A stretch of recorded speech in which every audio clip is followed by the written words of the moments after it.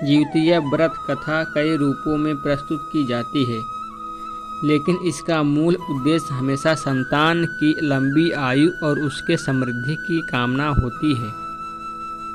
जिउतिया व्रत को जीवित पुत्र का व्रत के नाम से भी जाना जाता है। इसमें भगवान जीमूत वाहन की पूजा अर्चना की जाती है।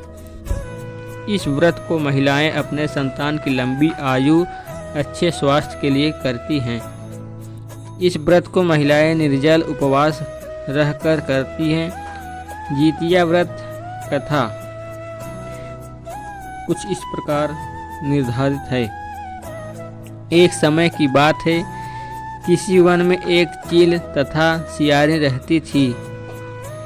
चील तथा सियारिन में गहरी मित्रता थी। चील तथा सियारिन दोनों हर काम को मिल बांट के करती और प्रेम भाव से रहती थी। एक बार कुछ महिलाएं जंगल में आई और वन किसी जीवित पुत्र का व्रत की आपस में बात कर रही थी। यह सब चील के मन में जिज्ञासा जग गई। वह महिलाओं के पास गई और व्रत के बारे में पूछने लगी। महिलाओं ने जिउतिया व्रत के बारे में चील को बताया। चील तुरंत अपने मित्र सियारिन के पास गई और उसको जिउतिया व्रत के बारे में बताया। व्रत को बताने के बाद चील तथा सियारिन ने निर्णय लिया कि वो दोनों भी जिउतिया माता का व्रत और पूजा विधि विधान से करेंगी। चील तथा सियारिन ने जिउतिया माता का व्रत का संकल्प लिया और शाम को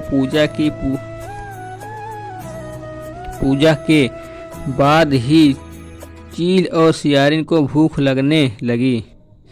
सियारिन अपने भूख बर्दाश्त न कर सकी और वह जंगल में जाकर शिकार करने चली गई।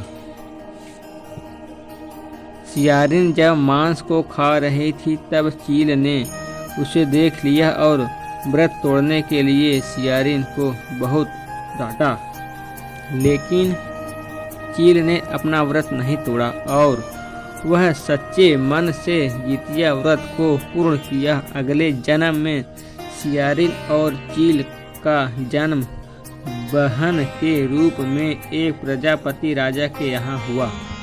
सियारिन का विवाह एक राजकुमार तथा चील का विवाह राजमंत्री के पुत्र से हुआ। कुछ समय बीता तो सियारिन ने एक पुत्र को जन्म दिया। जन्म के कुछ दिन बाद ही उसके पुत्र की मृत्यु हो गई। सियारिन के पुत्र के मृत्यु के बाद उसकी बहन चील ने भी एक पुत्र को जन्म दिया जो जीवित तथा स्वस्थ था।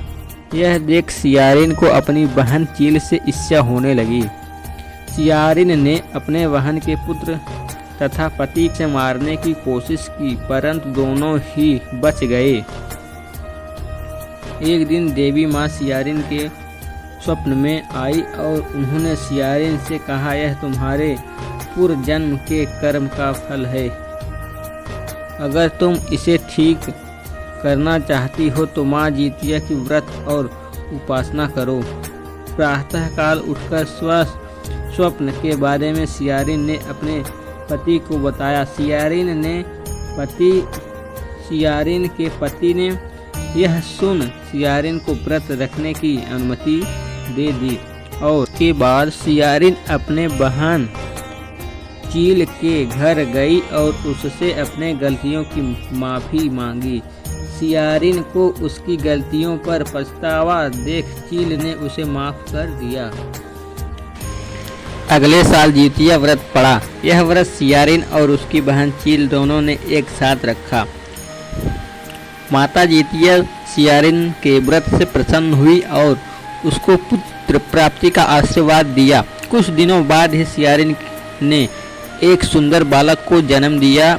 अब दोनों बहन प्रेम भाव से खुशी खुशी रहने लगी।